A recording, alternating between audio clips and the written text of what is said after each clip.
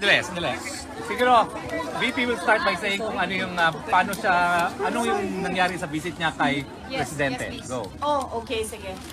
So, I visited former President Duterte. He is in the hospital wing of the detention center.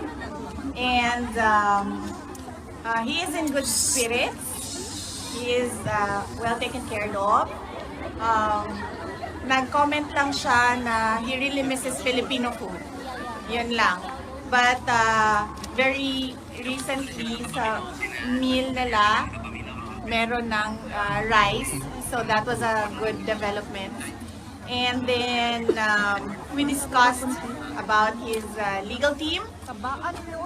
And we discussed about the family. And we discussed about the country. Gaano po katagal niya? Okay. Questions now? Gaano po katagal yung visit niyo kay President Duterte?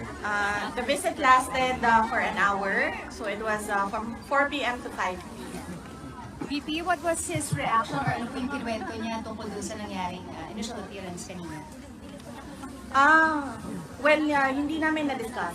Hindi namin na-discuss yung initial appearance niya kanina. Sorry. We did not discuss his initial appearance, and we only discussed the lawyers and the legal team and what we are going to do in the next 4 days. Yes. VP, were you surprised that the former president appeared via live stream? Were you expecting him to see him there at the chamber?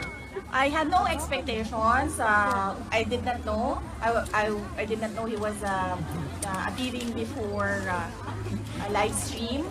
But I think it was the decision of the doctor. So inside the facility, all the decisions are made by the doctor. VP, what's the plan now? The next hearing is September 23 ba? How will the family prepare for this? May rotation ba?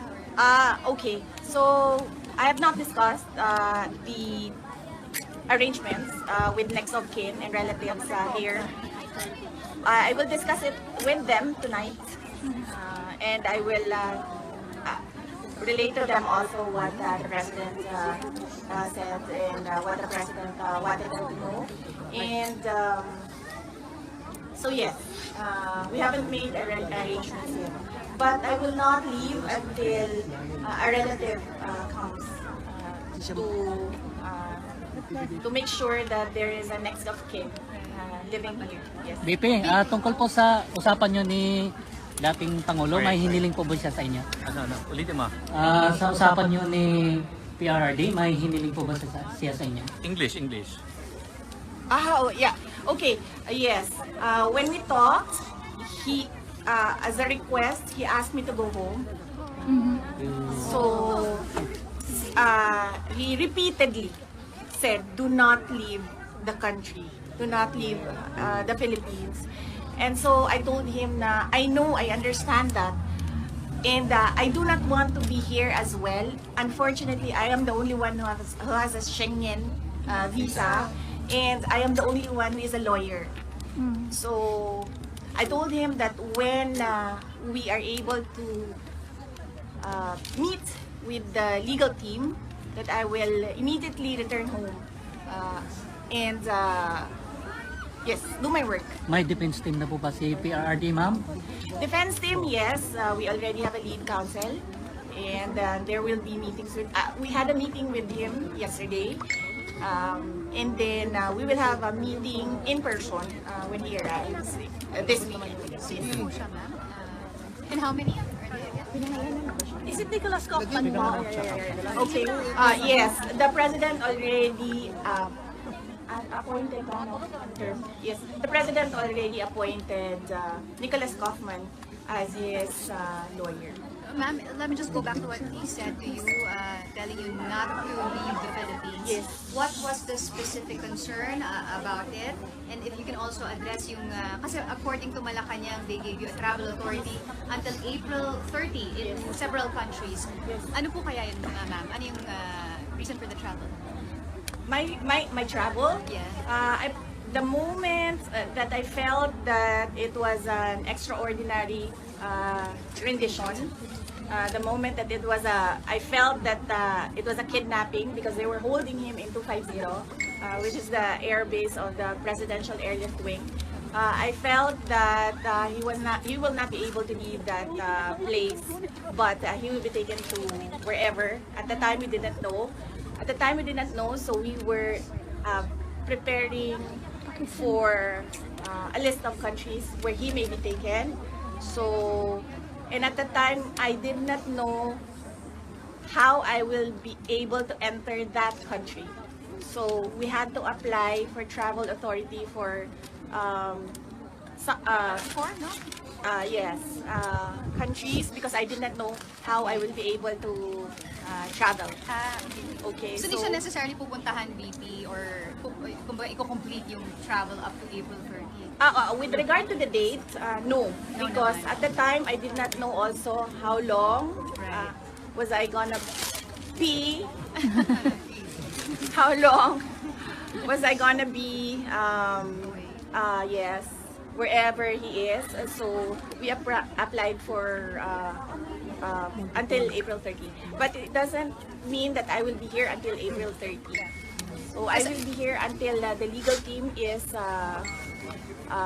doing their work already, and another relative is here to assist him. Did he explain his concerns why you shouldn't, leave the Philippines? He said that yes, I should immediately go back, just leave him here. But I said no, I cannot do that because no one will decide for him outside. So very limited people have access to him right now. So I told him that I just have to form that legal team. Then I can work remotely in the Philippines talking to the legal team. And then, yes, so I just need the next of kin to come here. And everyone's applying for visa right now. Pero wala po siyang fears that it will be taken advantage of, your absence? Well, he did not express fears about taking advantage. Some people or whoever taking advantage of my absence, but he repeatedly said that you must not leave the Philippines, you must go back to your country, you're not supposed to be here. And then I insisted that yes, I know what I have to do, and that I just need to set up something here in The Hague, and then I will immediately go back to the Philippines. VP, Isa po. any comment po, VP? What was the disposition po and demeanor of the president when you saw him? And were you able to see po yung detention center, the detention area po ni former president? No, I was not allowed inside his detention area. We met in the visiting area, visitors area, and the demeanor was, he looked well rested. I asked him that. I said, "You look well rested," and then he said that, "Well, I don't do anything here except sleep and watch TV because he has access to a TV." And then I also, and then I asked him about the food because I know his preferences for food, and then he said, "Yes, well, that's my only complaint is that I really miss Filipino food." Specific. Kuan man gud na sa Bisaya ba kanang tuyo, Buwan. bulan o kanang paksiw na isda. Ayan na muna, Inununan, ya. Hindi na yung paksiw, inununan. VP, sige po. VP, inununan. any comment po doon sa plano ng mga otoridad na i-raid po yung tahanan ng mga Duterte sa Davao City? Ito ba ay makonsider nyo na part of para pabagsakin ng mga Duterte family? Yes, I heard about that. The search warrant applied for all the houses, all our houses, of all the members of the family. And I mentioned to my siblings that you don't have control over this anymore. So I just told them that just secure your valuables, and then just allow them to do the search, And then we expect that there will be planted evidence inside the houses. So I told them that we'll just have to face that as well, because that is the template that they did with former Congressman Arnie Teves. It's exactly the same template. So I told them that it's pointless. It's pointless to fight. So just allow it to happen. It doesn't mean that that search is illegal. But then I told them that no one should be hurt. No one should resist. Just allow them to do whatever that is illegal. Ma'am, ini-comment po doon sa sinabi ni PCOU si Castro na walang kidnapping na nangyari sa lahat po ay may pagkahilis tungkol po sa pag-aresto kay PRRD. Well, it was really kidnapping. You see the comments all around the world from experts. Yes.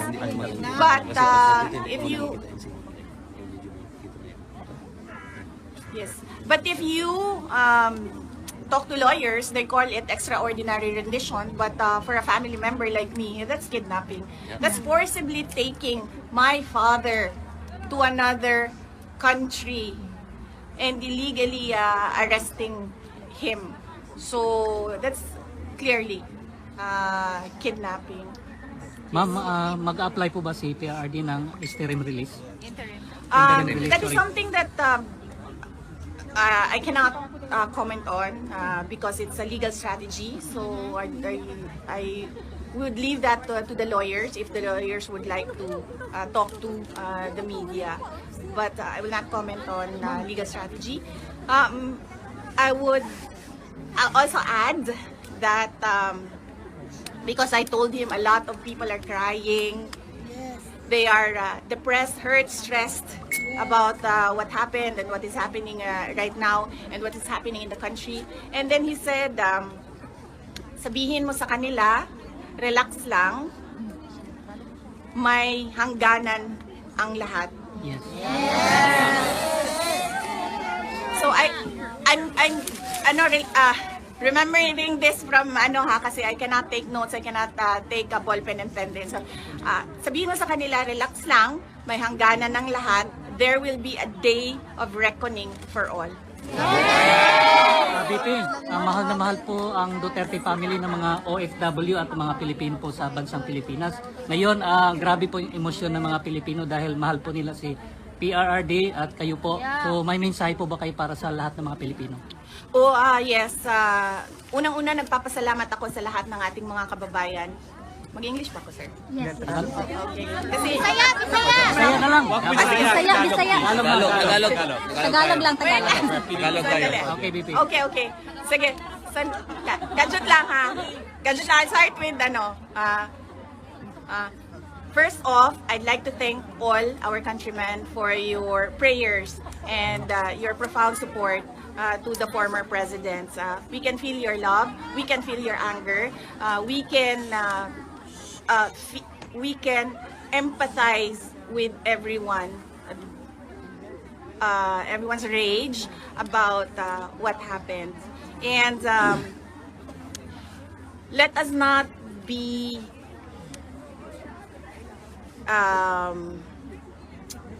let us not forget the real issues in our country, and that is yes, that is the poverty, that is corruption, that is the failure of the government to answer the demands from the people about accountability and transparency. The failure of the government to address peace and security in our country. You still have your flowers. Why is it? Because I wanted to give it time, airtime. I wanted to give the flowers airtime because I don't know who gave this, but the people who gave this made efforts to go to a flower shop and buy flowers. So I wanted to give it airtime, just to say thank you to those who took time to buy flowers. They know I love flowers, so thank you. Ma'am, how is this healthy? Address na tayo. Now, she will now address the Filipino community. Harap ka na dito, VP. Dito sa Okay, because this is the media. Okay? Lalo may question, ma'am. So, isa muna tayo. Nakahilak ka sa nepal ng papa. Ito. Ma'am, dito.